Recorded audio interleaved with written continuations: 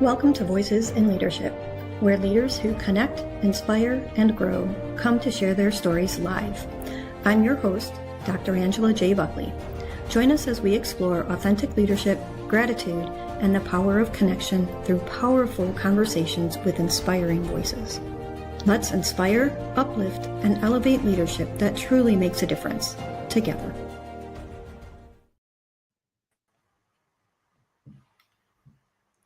Hello.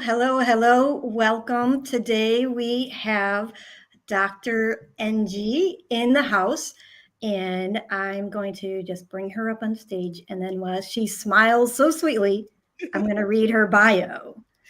So, hello. Welcome. Thank you for being here and joining us today in this episode of Voices in Leadership. Thank you for having me.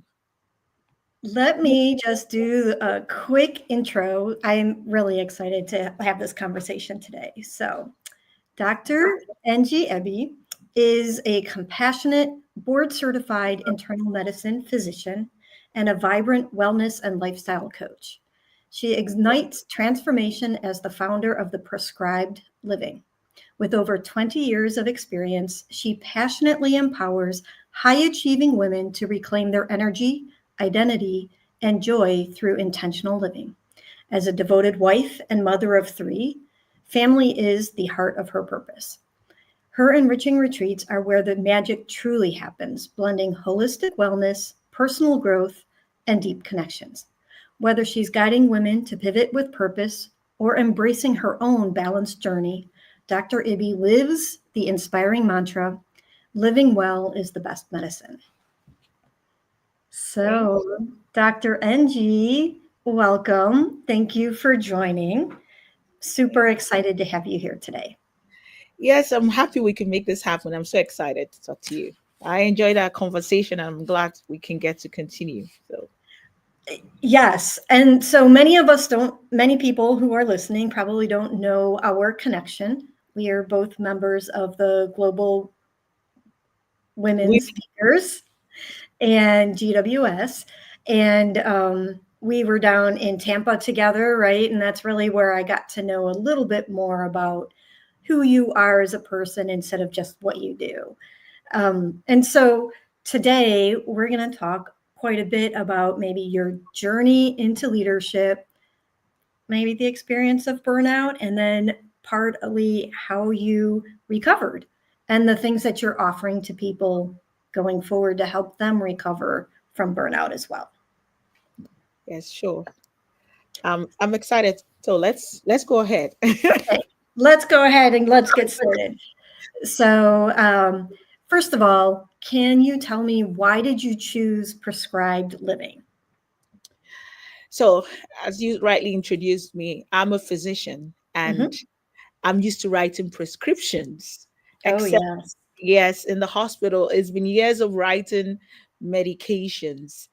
But I realized that something else was missing, and it was from my own life, which was how I came about the word prescribed living, which was beyond the medication. There are other wellness. Basically, if we can prevent, getting to the point where we need medications, and if we do need medications, there are other things that can help us live even with those medications and make our lives better. And that's how I came about that. And yes, that's the summary. So you've been practicing in Texas for the last 20 years, is that correct? Well, not in Texas for 20 years. So I've actually been a physician for 21 years, but I've been in Texas now for 13 years. I got out of medical school. I had to do residency. That was in Atlanta, Georgia. And then after residency, I moved over to Houston, Texas in 2011. So I've been here since 2011. Okay. And you have, is that 5 children? I know. If you count my dogs, they're 5. I have 2 dogs, but I have 3 human beings. Sometimes our fur babies count. They often are just as much trouble. Mine, I told someone, I was like, no one told me that I was adopting new kids. Like, they're forever babies. This one's, if you listen carefully, they're probably by the background waiting for me to finish. So yes, I have five, well, three kids.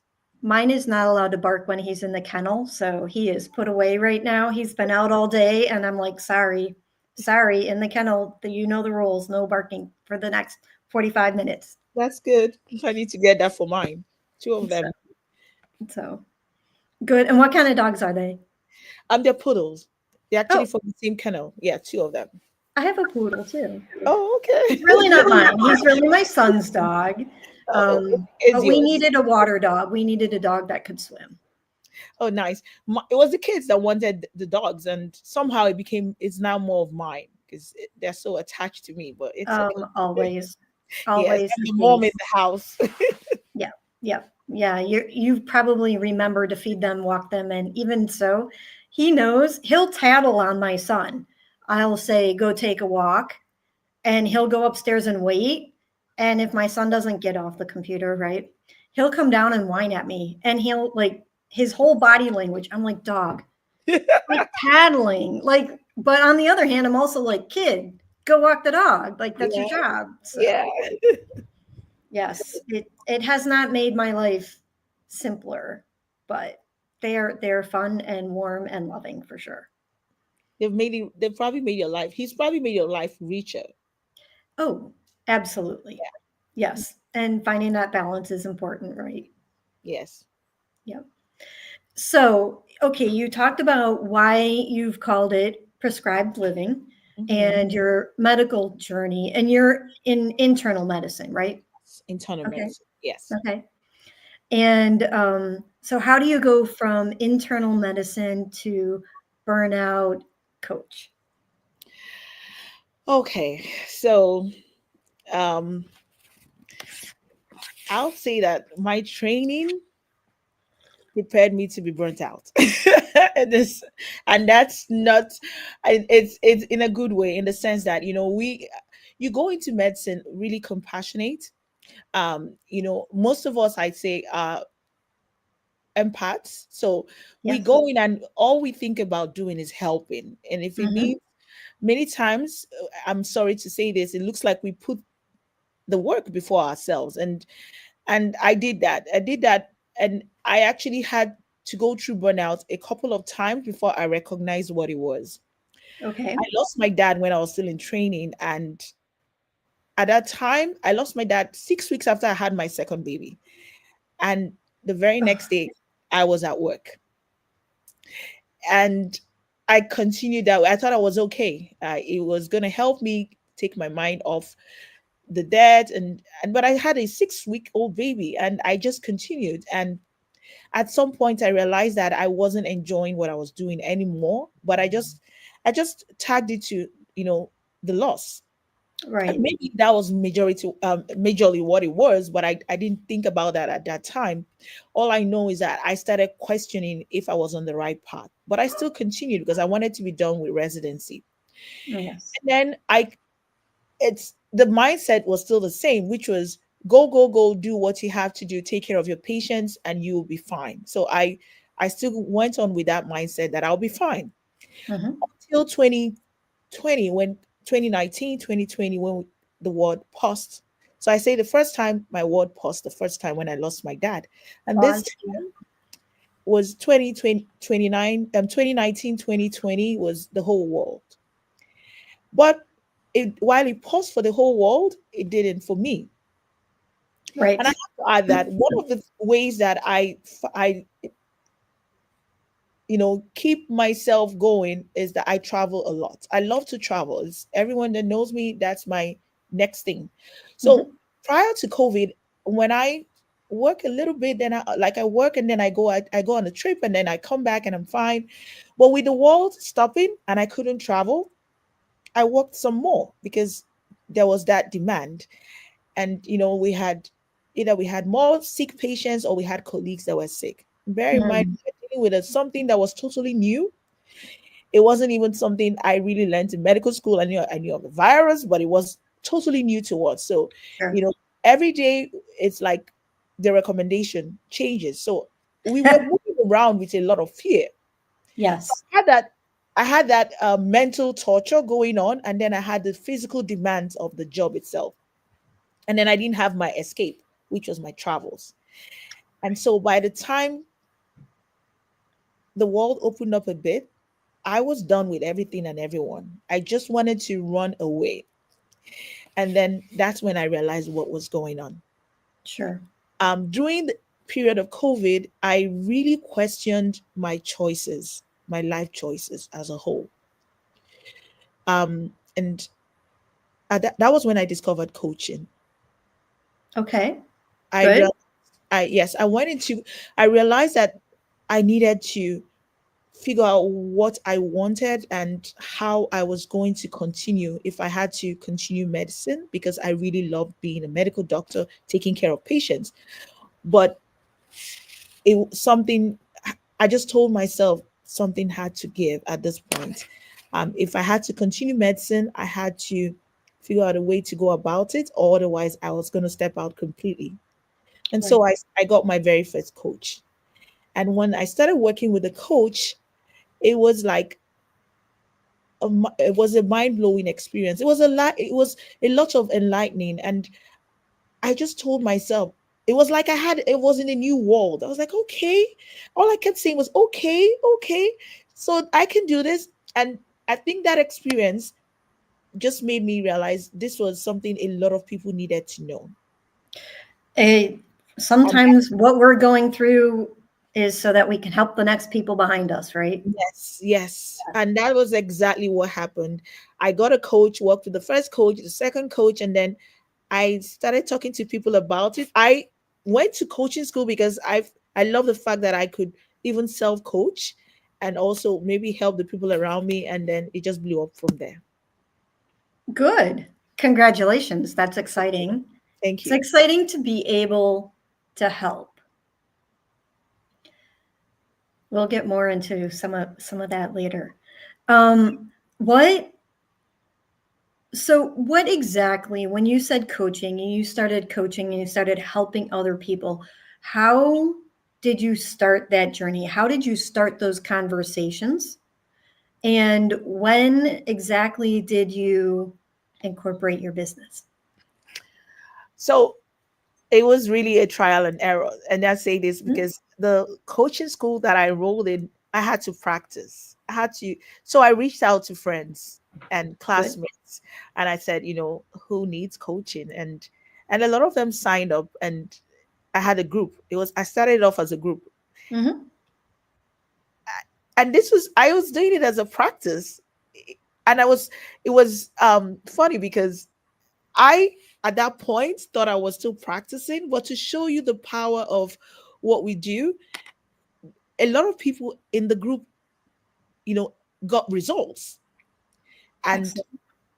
that powered me to do the next one. So I did the first cohort, and all the reviews and the results that people in the group were getting just was the encouragement I needed, was the answer I needed, that I was in the right path and that people needed this. And so I went for a second one and then a third one. So that's how I got into it. And that was the same year, 2021. That's when I got incorporated. Of course, the world opened. I went back to medicine, and because I still love being a doctor, and so I was doing Yes. the medical. I was taking care of patients, and then I was also doing the coaching.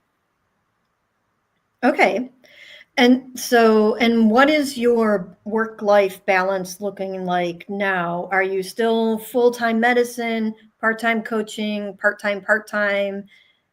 With 3 kids, like, I can just tell you, even with 1 kid, it's a time suck, right? Like, how are you balancing life?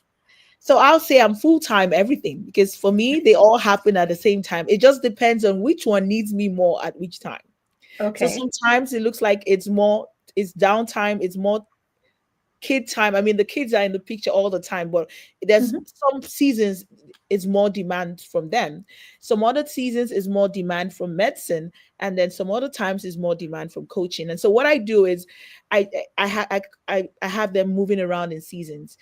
Most of my coaching are group coaching or the retreats. So when I'm Yes. not doing that, I work more in the hospital. I also work as what I call medical director, physician advisor. That's what I am. So I do that also. Is part of my position in the hospital. So I sometimes when I'm not doing a lot of the heavy um, coaching, the retreats, I'm doing more of the hospital. And when I'm not doing the hospital, the kids are always in the picture. And Right. sometimes, like summer, is a lot of travel for us as a family. So Good. it's 100%. It is what makes me whole. Yes. Did I see that you recently started a more intense workout routine as well? So I've actually been doing this for a while. Yeah, I have a personal trainer. Shout out to Kellen. I and yes, we do work out. It's my a lot of my it's my me time, my escape. The only time I have to myself is with my personal trainer. Okay. But I've been doing this for a couple of years. Yes. Okay. Okay. Yeah. Okay. But it looks good. Looks like Thank you're you. doing all of the things. I see some of the pictures once in a while. Thank you. Yes, everyone really should. It made a huge difference. I realized as I was getting older, I've never been the athletic type, honestly, but Okay. um, I went on a trip and I went with the people on the trip. Most of them were 10 years younger than me, and we had to hike. And I was one of out of 10 of us, but only two of us that could complete the hike. And I was like, oh, okay, I'm stronger. So this made a difference. And so since then, I've just been on it. I'm like, okay, this is what I need to keep this strength going. So yeah, Good. Good. Well, as an athlete, right? Like I cheer you on over here. So thank you. um, I need to do a little bit more again. I had a personal trainer probably only for a year and a half because I've always been part of teams and I've had some high quality coaching. And I have a certification as a trainer Oh, wow. in You, my extra certification collection. So I seldom spend a lot of time with a personal trainer, but to your point, when I did, it was so peaceful to take that burden of what should I do today, even though I technically have all the qualifications. It's nice to let somebody else make those decisions for you and you just follow the system and the science. yeah, yeah. What I say is that if there's any area of your life that you really want to step up, improve, if you can't afford it, you need a coach. If it's a trainer, exercise coach is what he is or what they are, Yep. then you get one. If it's you know, life making changes with a job, you get a business coach or work coach. So you need someone else to see life outside of what you can see and push you beyond what you can push yourself. So That's a great statement, right? Like if you want to grow and you want to grow quickly, the coach is the best way to go. yeah, That I can recommend in every aspect of life. every aspect of life. I agree. That is a valid statement. Yes, yes. So, okay. So, speaking of coaching, specifically with your cohorts, what does coaching look like for your cohorts? Like, what are they looking for when they come to you? And then we're going to lead into some of your retreat experiences as well. Okay, sure. So I think the most of my clients, the people I've worked with, they are usually fall within the same age range, Hmm. 35 to 55. And so the questions are usually along the same line. It's Mhm. a lot of them coming just like I did at, you get to a point you're like, what next? Is this it? That's the most common question I have. So people wanting more and not knowing how to, having the clarity or confidence to proceed. And also, most times you find out that people start asking those questions sometimes when, they're at the point where they're questioning what they're doing, or they're feeling, burnt out. And then they're like, this can't be it. There has to be something more. So that's the most common um, theme of my clients. And so I find people that just lack clarity. And, the truth is, like I called it, the prescribed living. We are a whole being. Once what you how you do one thing is how you do every other thing. So if you're able to start untangling that one piece, you find out that you're able to fix the other pieces. So they come in thinking maybe this is the only issue, and then we start finding out that they need to also take care of their health. They need to sleep better. They need to take, you know eat better, multivitamins, things like that. And that's why I called it um the prescribed living. And above all, we all need people. Most of us, especially the clients that I have that are like me, maybe immigrants, they move from another country, they find out that they need a community. And that's Yes. why I went for the retreats, because I enjoy the bond that comes with sisterhood. And then I end up having a lot more sisters beyond my three sisters in the process. That is interesting that you say that. I advise a social cultural group. Many of them are not, I'll say, recent immigrants, but they have been in the country or the families have been in a country for some time. And it just happens to be that during the COVID period, the person that's the president of the club is, for their daytime job that actually earns money, they're an undertaker. They run the local Mm, funeral homes, right? mm, And we had quite a few people that we lost during that time period. And it was so incredibly difficult because we've created a community and we were not able to come together closely, yeah, right? yeah, And we had many in-depth conversations on how important it is to create a community and how important community is to the grieving process and to the healing process and the honoring and celebrating of life. And yeah, that hit home very powerfully during that time period. It, particularly, again, I would not say that these are heavily migrating communities now that are in that, but they have like a history of overseas coming in. And so it's so interesting how important community is, creating that community, and then during particularly the COVID time period, how heavily hit we were. yeah. I think COVID period, it really shed the light on how we need people.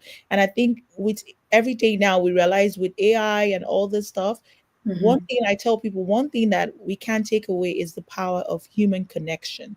It doesn't matter what you do and what you use, all the AI, and you still need that human touch, Hmm. human connection, even if we're not together.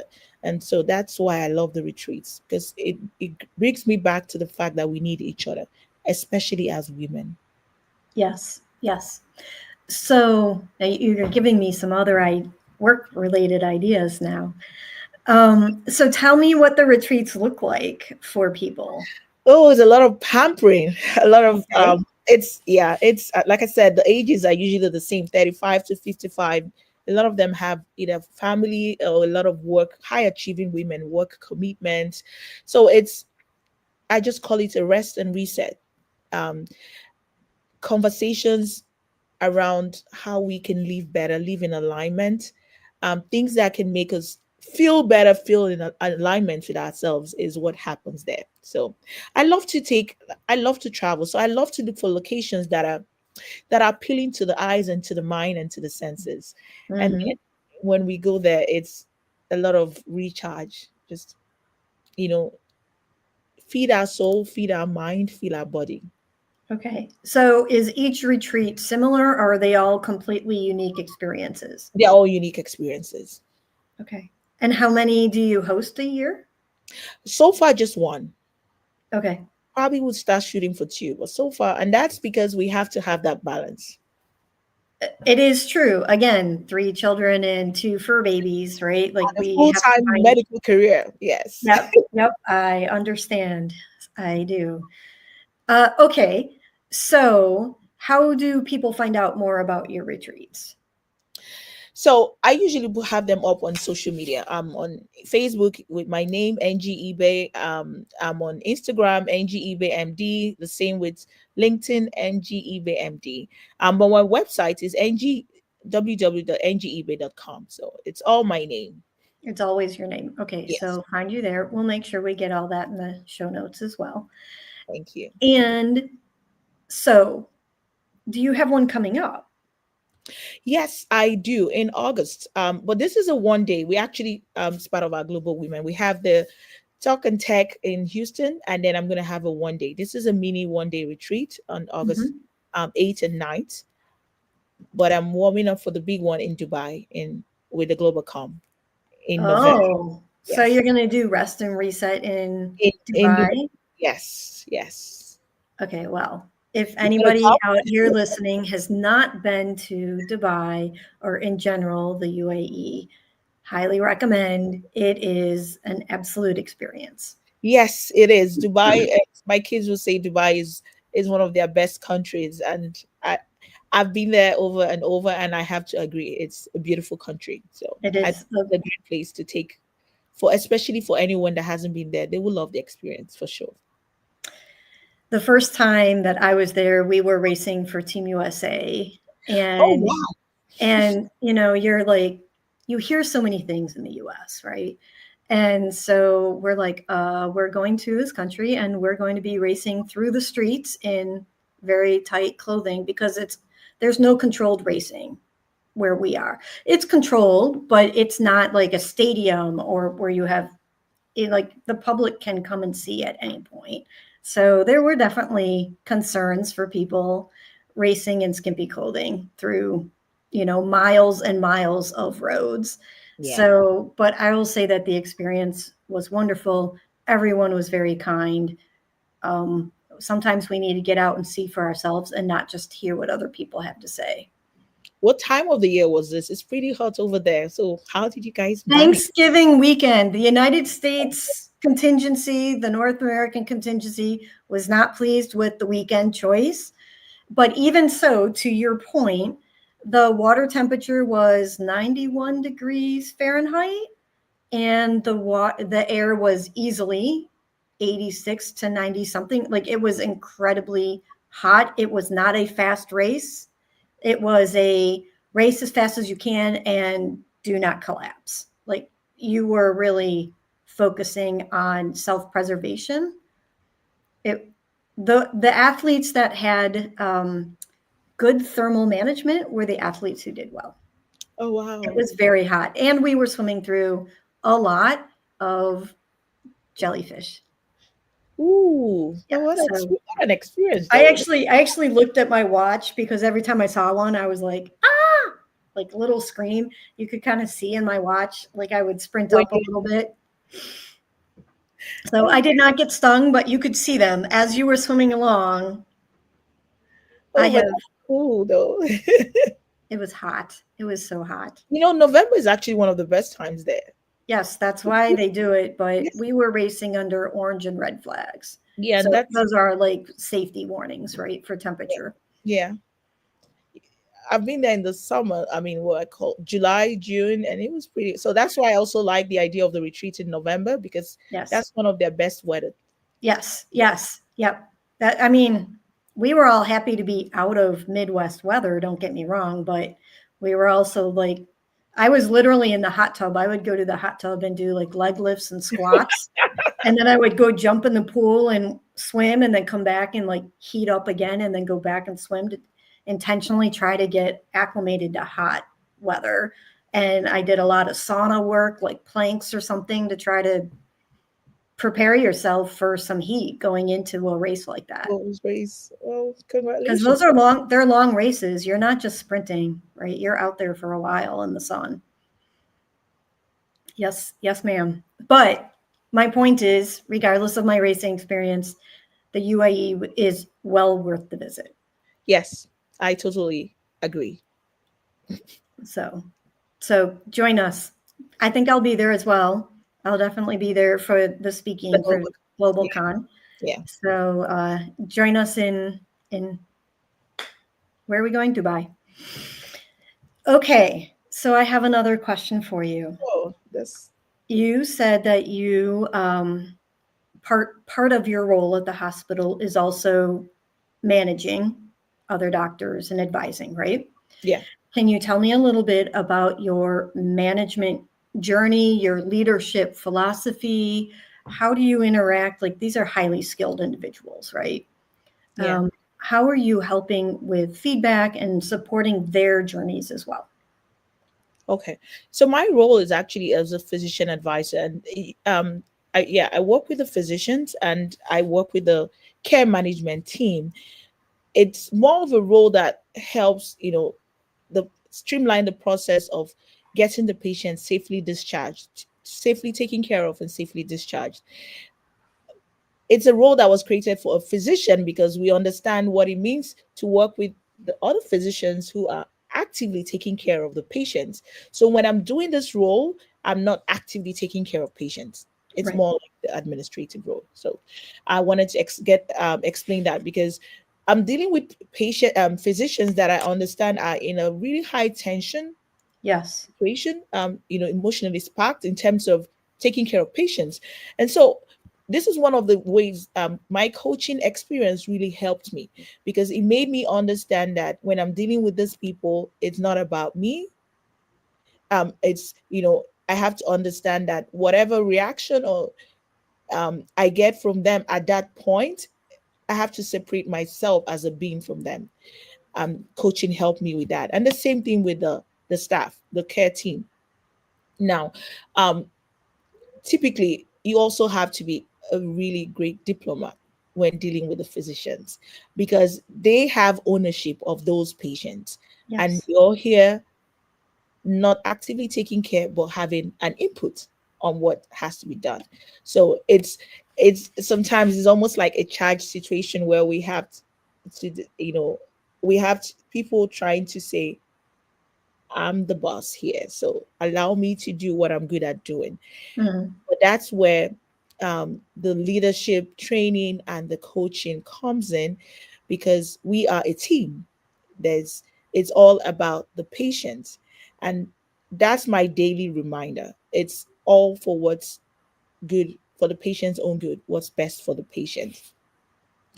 A lot of communication, expectations are set from the beginning. That's what I do. Um, I'm respectful of their time. I'm respectful of the fact that they own these patients. Um, Hmm.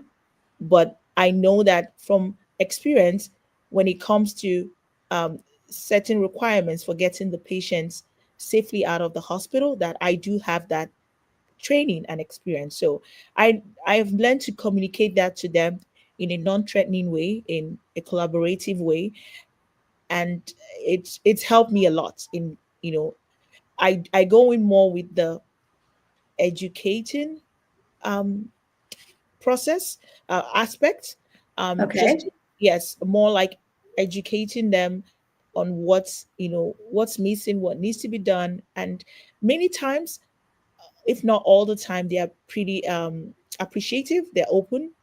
I find that Okay. people are more open when you're not just telling them what to do, but you're telling them why it has to be done, um, Got it. in a non-threatening way, especially when you're dealing with your colleagues. And that's what works for me all the time. And then once the people understand why something is being done, you tend to have, not only do they do it at that time without a lot of resistance, but then subsequent times you it makes your life easier and your work better as well, flow better. Okay. And so then the next thing that I have a question on is um, do you have a particular like philosophy that you adopt? I know that you said, right, you understand handling it dim- with diplomacy. Not a word that I use very often, but it's a good word. Um, but is there any like particular leader that you have studied that you thought would be an interesting model for you? Um, have I studied a leader? I'll say yes. A couple. Obama's wife, for one. Uh, Yes, I Michelle. She's Yes, excellent. Obama And is also in healthcare, right? Like she really started in healthcare kind of activism. yes, yes. Um, and I think one of her common statements is, that everyone remembers, of course, is when they go low, you go low, you go high, like don't go low. But in when it comes, I just love her style in the sense that she is a leader that inspires people.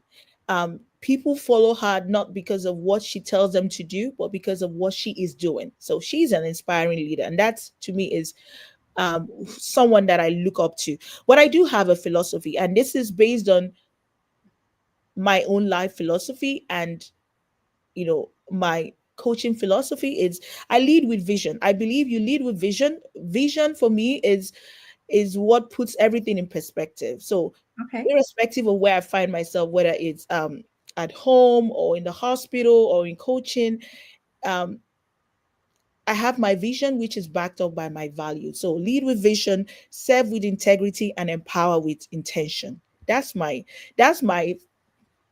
bold thing out there Yes. in my office. If you haven't picked Yes. that, yeah, Put it out there. Put yeah, that out there, right? Put that out, right out in the world. yeah. So lead with vision, serve with integrity, and empower with intention is what I say. The absolutely that is a great little trio to support, right? Like, I love a three-legged stool as my they are my friends. Yeah, So, as you've gone along, has there been a person in your life, in your journey academically or professionally, that you would like to thank and acknowledge for their support along the way? definitely. Um, and this one actually, once you ask this question, I'm like, if I have to talk about Dr. Foreman, I probably will cry. Um, Okay, that's yeah, we're all here for the emotions. Good. I am a happy crier. That is okay. I do love Dr. Foreman. It's funny because I haven't heard or seen her in years, but Dr. Foreman, you probably don't know what you did, but Well, we're going to tell her today. We're going yes, to practice the spirit of acknowledgement today. she was my attending in residency. And like I said, I experienced what was going to be a happy moment, but then it was suddenly backed up with a really sad moment. You know, having a baby in residency is not the easiest thing to do. It's a happy moment, but it's really if you ever have to say something was wrong, but it's not. Of course, there's never a wrong time to have a kid, but it was heavy on me. And then I lost my dad shortly after. So I was at a really bad place. I was that was a time I told you my wall stopped. I didn't know whether to continue. I didn't want to continue. She was there. She saw me. Good. Nice. Okay, so we're going to practice the spirit. So, she saw you. So the spirit starts with specifically. Like, what are the specific actions that she took that demonstrated to you that she saw you? Oh, And you can just pick one. she had she was always open to and accommodating. Like she would Mm, stop everything. Is like as long as I needed her, she was available. I didn't even have to ask. nice. Yes. She So, acknowledged me so much, even for when I thought I was doing nothing. I think she understood what I was dealing with at that time. So she just created that space and I just rode with it. So availability is literally one of the themes that we talk about in likable leadership, and it matters being present when someone needs you, right? So okay, so she specifically was present and available for you. Yes. And what do you think she had to overcome in order to make that space for you? How was that? What were the what were the challenges that she would have seen or experienced in making space for you? Oh, what were the challenge she would have seen? Of course, it's her time. She had to create the time. I'm sure she's a busy physician herself. She must had her own family. She would have had to sacrifice time she could have used for something else, personal to be there for me. Mhm. And most importantly, I think is the acknowledgement of she If I have to use, sorry, your question was what did she have to give up, right? Was that Yes. what I'm asking? Yes. What were her challenges in supporting you? Her time. Um, she had Dr. Foreman had to be you have to talk about someone that's really humble, because I was just a Mhm. resident. She Yes. was an attendant. She didn't have to Right. do any of that. You Right. know, yes, she humbled herself to do that, and I don't take that for granted. And that reflects on her values too, Yes. of humanity, right? Like it reflects on who she wants to be and where she put her energy. Yes. So those are the S's and the P's, the specifically making herself available, the P, the personalizing it to her, and the things that she put into you, right? Overcame to put into you. And then we talk about the I, which is the impact. How did her being available impact your career? And when we talk about impact, we're talking specifically numbers, like did it help you get through residency more quickly? Did it help you get more sleep? Did she, those kinds of things? Like, what is truly an impact of her support? Yes, she definitely helped me complete residency, not just in time, but complete it, because I could very well have stopped. I had a colleague going through almost similar thing, and they took a year off. But Dr. Foreman was a strength. She held my hand and just helped me, keep going. And I owed the completion of my residency on time, in a timely manner, to her. That's fantastic. And then when we talk about the R for the spirit, it's the relevance, the values of the organization. I don't know what hospital you were at, but I'm sure that they have a mission statement. Yeah, this was actually so this medical school was Morehouse School of Medicine in Atlanta, Georgia, and, Okay. and the hospital itself was Grady Memorial. Oh yeah, I know the name. Yeah. So how was her action reflective of the values of that hospital? Yeah, so Grady Memorial is actually a hospital in Atlanta that serves the underserved. So it's it speaks a lot about compassion, because you're dealing with people that Mhm. probably cannot pay you back, and that's the same thing she did. I probably can't pay her back. I mean, I don't even think I can, for considering what she poured into me. And so it aligns with the value of the school, the hospital. It was more of compassion, care, Perfect. compassion, leadership. Yeah, Yeah. so she mirrored that value. Okay. And so the other two letters of spirit are inclusive, which is what we're doing by making this public, and then timely. So ideally, we leave these off like as close to the event as possible. But here you are in your career. And so I think if I can summarize, can I try to put what you've all said into a few sentences? Yes, please. So, Dr. Foreman, right? For FOR. Okay. So, Dr. Foreman, thank you so much for supporting Dr. Engee as she went through her residency in a very difficult time. She had just lost her father and she had just had a baby. This is an incredibly emotional time period that requires dedication and a lot of time in the workplace. And it's very difficult to be away from family during that time. And you provided presence and energy and a safe space for her to work, to be present, and to mourn while also being joyful at the same time, bringing her full self to work. This has had an impact because she was able to complete her residency in a time period that was designated as opposed to taking time off like many other colleagues were forced to do. This reflects the values of the organization of Grady Memorial because it is a compassionate care that serves the underserved. And it allowed her to model not only you in her work going forward, but also continue to bring forward that servant mindset in her leadership now today as a doctor. Thank you very much for all of that support back then. It has carried forward all of these years as a leader and a burnout specialist today. I mean, I couldn't have said this better. I can't believe you took my words and made this what Dr. Foreman. She said it to the T.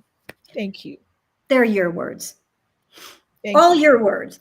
This is the power of really walking through the spirit of gratitude and sharing out with the world the people that have supported us. I'm always mindful, is it Winston Churchill who said, if I've seen further than others, it's because I stood on the shoulders of giants, right? Yeah. How can we not move forward without thanking the people that carried us this far? And truly, Dr. Engee, you are creating that legacy for the next generation of doctors, for all the people that you're supporting with your retreats, and of course, your children. Thank you. Would you like to say anything else? Yeah. Take a pause. It's okay. Oh, yeah. I yeah, okay. I didn't know we were going to go there. Yes, we are going to go there. Yeah, because honestly, I'm glad that you brought that up. Um and and I think it's a practice that not just me and everyone, take the time to acknowledge people that have that offer their shoulders as giants for us to stand and see what's ahead. So Dr. Foreman, she summarized it. Thank you. And it's not just Dr. Foreman. I've actually been very fortunate to have had a lot of mentors um, that have carried me. And that's why I do what I do now. I have an NGO, Women Evolve. This is my second year of empowering women back home in Nigeria, Yes. and training them on different skills, and just having them, be able to, um, create their own life that they want. Because once you're financially stable, it helps you to create something out of your own life. So the reason I do that is because I've been favored and blessed enough, and by virtue of having mentors that have held my hand, Dr. Foreman inclusive, and my advice or my request to anyone listening is we we were not meant to be on this journey alone. This journey is for us and other people. And if there's any way that you can hold one person's life, this is 12 years, 13 years. Actually, no, what am I saying? From residency, it's 14 years after. And I'm talking about Dr. Foreman, and I still emotional. It tells you that we don't know the impact of what we do. The tiniest thing could change could make or break someone's life. So if you have an opportunity to hold someone's hands and empower them in any way, words, time, space, financial, it any way you can, please do it, because then we're all contributing and in making this place a better place. Thank you. Thank you, Dr. Engee. Thank you for sharing your time today. Thank you for sharing your vulnerability with us today as well. And thank you, Dr. Foreman, for putting her on this path and continuing to be her shepherd. Thank you. Thank you for having me. My pleasure.